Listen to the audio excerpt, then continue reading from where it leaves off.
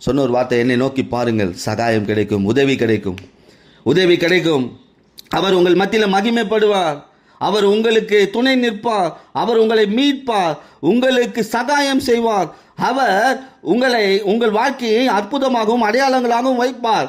அவர் உங்கள் சாபங்களையும் வியாதிகளையும் அழித்து போடுவார். அவர் உங்கள் வாழ்க்கையில பெரியவராய் இருந்து உங்களுக்கு போதிப்பார், உங்களை நடத்துவார். அவர் உங்களை மேன்மையாகவும் ஆசீர்வாதமாக வைப்பார். உங்கள் ஜபங்களுக்கு பதில் கொடுப்பார். அவரை நோக்கி பாருங்கள், அவரை நோக்கி பாருங்கள், குடும்பமாய் அவரை நோக்கி பாருங்கள். உங்கள் வாழ்க்கை பிரகாசம் உள்ளதாய் மாறும். இஸ்ரவேலின் பரிசுத்தரை நோக்கி பார்த்தவர்களுடைய முகங்கள் வெட்கப்பட்டு போவதில்லை என்று கர்த்தர் சொல்லுகிறார். இன்றைக்கு உமது பிரசன்னத்தை தேடி வந்திருக்கிறேன், உமது மகிமையை தேடி வந்திருக்கிறேன், உம்மை நோக்கி பார்க்க வந்திருக்கிறேன். பல நாட்கள் உம்மை பார்க்காத நான் விலகி போன நாட்கள் உண்டு, என் பெருமையில் வாழ்ந்த நாட்கள் உண்டு, கீழ்ப்படியாமையில் வாழ்ந்த நாட்கள் உண்டு.